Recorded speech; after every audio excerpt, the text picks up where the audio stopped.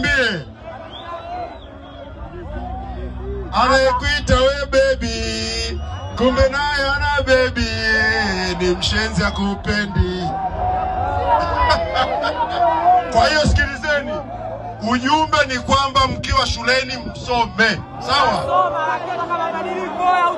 Na mkisoma mambo mazuri yatakuja, sawa? Umeelewa? Mkizingua mwakani burudani hakuna.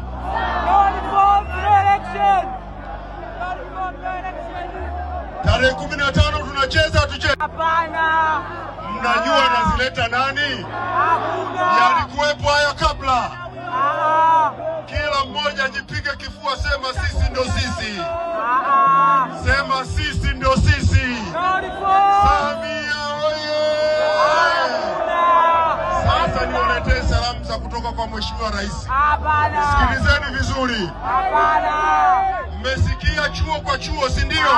Msemaji mkuu wa serikali Gerson Msigwa amefunguka kuhusiana na sauti za wanafunzi ambazo zilikuwa zinasikika wakati akitoa hotuba yake kwenye jukwaa la chuo kwa chuo ambalo limeandaliwa na msanii Bill Nasi. Sauti hizo zilikuwa zinasema no reform no election. Msemaji wa serikali Gerson Msigwa amefunguka kwa kuandika hivi: hongereni wanafunzi wa UDOM kwa tukio zuri la burudani ya chuo kwa chuo. Endeleeni kusoma kwa juhudi na maarifa, na serikali itaendelea kuboresha mazingira ya elimu ya juu. Wapuuzeni wale walevi wachache waliotumwa kupiga kelele na kurekodi klipu wakati wa salamu zangu. Hii ni nukuu ya Gerson Msigwa. Lakini utakumbuka Gerson Msigwa akizungumza na Mwananchi Communication kuhusu wimbi kubwa la watumiaji wa mitandao ya kijamii kucomment no reform no election. Msemaji mkuu wa serikali Gerson Msigwa amesema watu wajiepushe na kampeni zisizokuwa na tija, watumie mitandao kama fursa ya kujifunza teknolojia mpya. Wanapaswa kutambua na kujua kutumia mitandao vibaya ni